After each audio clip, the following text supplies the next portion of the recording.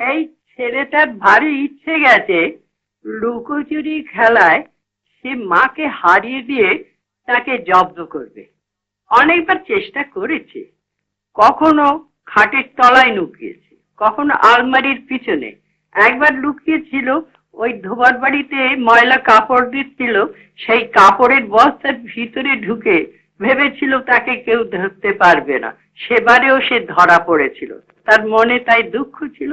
মনে মনে ভাবছে যে যদি আমি চাঁপা ফুল হয়ে চাঁপা গাছের ডালে ফুটে উঠতে পারি, মা তো তাহলে ধরতে পারবে না। বসে বসে মাকে সেই মনের বাসনাটা সে শোনাচ্ছে। এই ব্যাপারটা হলো এই, আমি যদি দুষ্টুমি করে চাপার গাছে চাপা হয়ে ফুটি, ভোরের বেলা মাগো ডালের পরে কচি পাতায় করি লুটোপুটি, তবে তুমি আমার কাছে হারো। তখন কি মা চিনতে আমায় পারো? তুমি ডাকো খোকা, কোথায় ওরে? আমি শুধু হাসি চুপটি করে।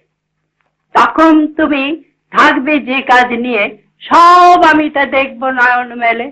স্নানটি করে চাপার তলা দিয়ে আসবে তুমি পিঠেতে চুল ফেলে, এখান দিয়ে ওই পুজোর ঘরে যাবে, দূরের থেকে ফুলের গন্ধ পাবে।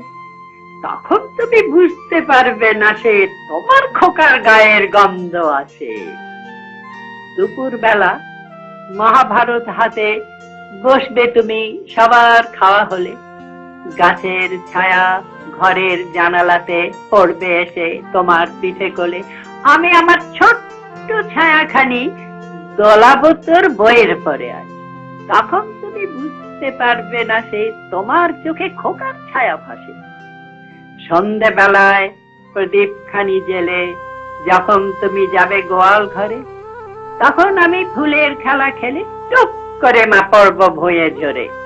আবার আমি তোমার খোকা হব, গল্প বলো তোমায় গিয়ে কব। তুমি বলবে দুষ্টু ছেলে কোথা, আমি বলবো বলবো না সে কথা।